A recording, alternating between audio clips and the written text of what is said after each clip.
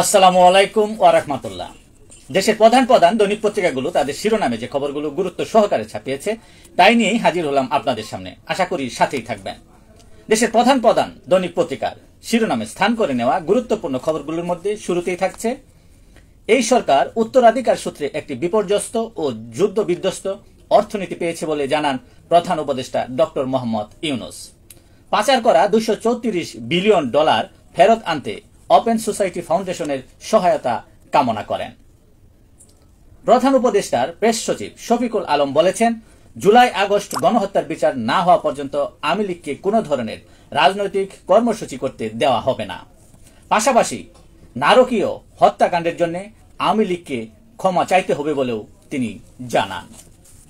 গবেষণা প্রতিষ্ঠান সিপিডি সরকার ঘোষিত রুটম্যাপের মধ্যেই নির্বাচন অনুষ্ঠানের তাগিদ দিয়েছেন।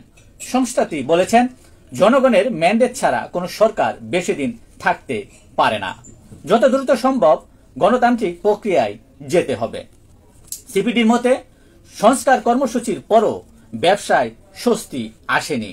লাইফ সাপোর্টে রাখা ব্যাংকগুলো বন্ধের সুপারিশ করেন তারা। রিজার্ভ চুরির তদন্তের প্রতিবেদন প্রকাশের দাবি জানান সংস্থাটি। বিনিয়োগের আস্থা ফেরাতে পারেনি সরকার। মানুষ পৃষ্ঠ মুদ্রাস্ফীতির জাতাকলে সরকার বাড়াচ্ছে ব্যাট, এ নিয়েও সমালোচনা করেন সংস্থাটি। শহীদ পরিবার ও বেঁচে ফেরা সেনা কর্মকর্তাদের সংবাদ সম্মেলন। অভিযুক্ত জওয়ানদের নিরপরাধ বলার সুযোগ নেই, মুক্তিও অযৌক্তিক বলে জানান তারা। বিএনপির ভারপ্রাপ্ত চেয়ারম্যান তারেক রহমান ষড়যন্ত্র মোকাবেলায় ঐক্যবদ্ধ থাকতে নেতাকর্মীদের সতর্ক আহ্বান জানান। এক বাসকে ভোট নিতে টানাটানি শুরু, টার্গেট ত্রয়োদশ সংসদ নির্বাচন। ডান বাম ও ইসলামপন্থী দলকে কাছে টানছে বিএনপি। জোট গঠনে তৎপর জামায়াত ইসলামীও। তফসিল হলে জোটের বিষয়টি স্পষ্ট হবে আরও। বিএনপির সিনিয়র যুগ্ম মহাসচিব রুহুল কবির রিজভী আহমেদ সালমান এফ রহমানকে ইঙ্গিত করে বলেন, কারাগার থেকেই ঝাড়ফুঁক দিচ্ছেন দরবেশ। যৌক্তিক অযৌক্তিক সব দাবিতেই রাজপথ গরম। জানুয়ারিতে ঢাকা ময়মনসিংহ রুট ও টাঙ্গাইল মহাসড়ক বন্ধ 11 বার। 28 দিনে ঢাকার নানা দাবিতে 16 উল্লেখযোগ্য ঘটনা। রাস্তার খবর জানতে 999-এ ফোন করার আহ্বান ডিএমপির। এবার ইজতেমায় আগের চেয়েও বেশি নিরাপত্তা জোরদার করা হয়েছে বলে জানান আইজিপি। অবৈধ বিদেশি ধরতে এবার সাঁড়াশি অভিযান। জরিমানা বেড়েছে 5 গুণ। ভারত চীনের তাদের নাগরিকও থাকছেন অবৈধ তালিকায় তথা অবৈধভাবে।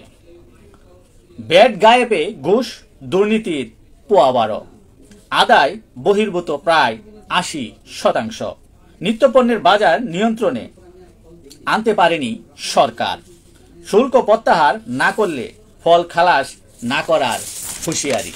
দেশের প্রধান প্রধান দৈনিক পত্রিকাগুলো তাদের আন্তর্জাতিক খবরে যে খবরগুলো গুরুত্ব সহকারে ছাপিয়েছেন তার মধ্যে শুরুতেই থাকছে, ভারতের উত্তরপ্রদেশে কুম্ভ মেলায় গতকাল পদপিষ্ট হয়ে ব্যাপক হতাহতের ঘটনা ঘটে। এ সময় সেখানে আসা পুণ্যপ্রার্থীদের পদপিষ্ট হয়ে 30 জনের মৃত্যু হয়। গাজায় অধিবাসীদের পুনর্বাসনে জর্ডান ও মিশর পাঠানোর ডোনাল্ড ট্রাম্পের পরিকল্পনা অগ্রহণযোগ্য বলে সমালোচনা করেন জার্মান চ্যান্সেলর ওলফ। যুদ্ধবিরতি সত্ত্বেও লেবাননে দক্ষিণ পশ্চিমাঞ্চলে ইসরায়েলি হামলায় নিহত 24। 20 লাখ কর্মীকে চাকরি ছাড়ার প্রস্তাব ডোনাল্ড ট্রাম্পের। $10,000 কোটি সাশ্রয়ের আশা। ট্রাম্পের পদক্ষেপের নিন্দা সরকারি কর্মী সংগঠনের। ইসরায়েলের প্রধানমন্ত্রী নেতানিয়াহুকে যুক্তরাষ্ট্র আমন্ত্রণ জানিয়েছেন ডোনাল্ড ট্রাম্প। ট্রাম্প ক্ষমতায় আসার পর প্রথম বিদেশি নেতাকে হোয়াইট হাউসে সফরের আমন্ত্রণ জানান তিনি। চলতি বছরে পারমাণবিক শক্তি আরও বৃদ্ধির নির্দেশ উত্তর কোরীয় নেতা কিম জং উনের। চীন জুড়ে চলছে বসন্ত উৎসব ও নববর্ষ বরণ। ঐতিহাসিক লোকপ্রথা, বাহারি খাবার, সাজসজ্জা, পারফর্মিং আর্ট, সাংস্কৃতিক ঐতিহ্যের মধ্যে দিয়ে উদযাপন করা হচ্ছে দিনগুলো। এই ছিল আজকের প্রধান প্রধান দৈনিক পত্রিকার শিরোনামে উঠে আসা শীর্ষ সংবাদ, জানিয়ে এতক্ষণ আপনাদের মাঝে উপস্থিত ছিলাম। আশা করি আপনাদের ভালোই লেগেছে। সার্বিক খবরের বিবেচনায় যদি আপনাদের কোনো অভিমত, অভিব্যক্তি, সমালোচনা কিংবা কোনো পরামর্শ থেকে থাকে তাহলে অবশ্যই কমেন্টসে জানাবেন। আপনাদের কমেন্টসের প্রত্যাশায় আজকের মতো এখানে বিদায় নিচ্ছি। আবারও দেখা হবে আগামীকাল ঠিক একইভাবে। সে পর্যন্ত অবশ্যই সকলেই ভালো থাকবেন, সুস্থ থাকবেন। আসসালামু আলাইকুম ওয়া রাহমাতুল্লাহ। শুভ সকাল সকলকেই।